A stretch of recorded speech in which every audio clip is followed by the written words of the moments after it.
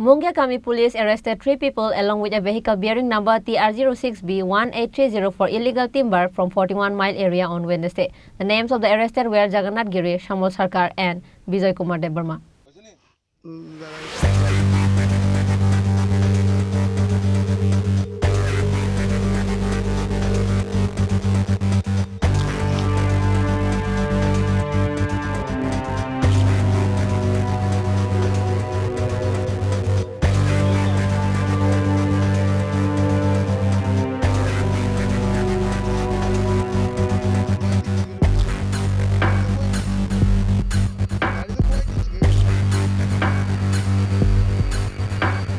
According to the details of the incident, when the police of Mungiakami police station were on duty at Naka Point in the 41 Mile area, a Bolero pickup vehicle bearing the number TR06B1830 was coming towards Telemura in the middle of the night.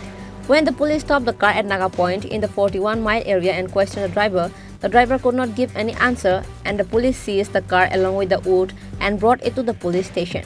The names of the arrested were Jagannath Giri, Shamal Sarkar and Bijoy Kumar Debarma. It is known that the market value of the seized wood will be around 6 lakh rupees including the car.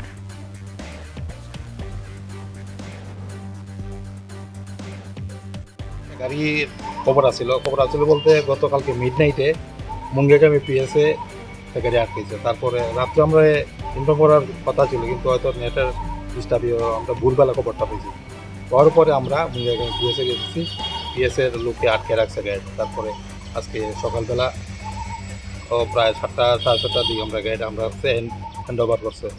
তারপর আমরা গাড়িটা আমরা রেঞ্জে লুয়েছি, আর সাথে 3 জন আসামি arrest হয়েছে আর কি। আসামি তারা বাড়ি এবং নাম কি কই জানেন? আসামির নামটি তো আমরা লেখা আছে এখানে, কিন্তু বাড়িটা হইলো একজনের মনে হইতেছে উত্তর মহারানী, আর 2 জনের তারা বাগান বাজার হইতেছে, বাগান বাজার।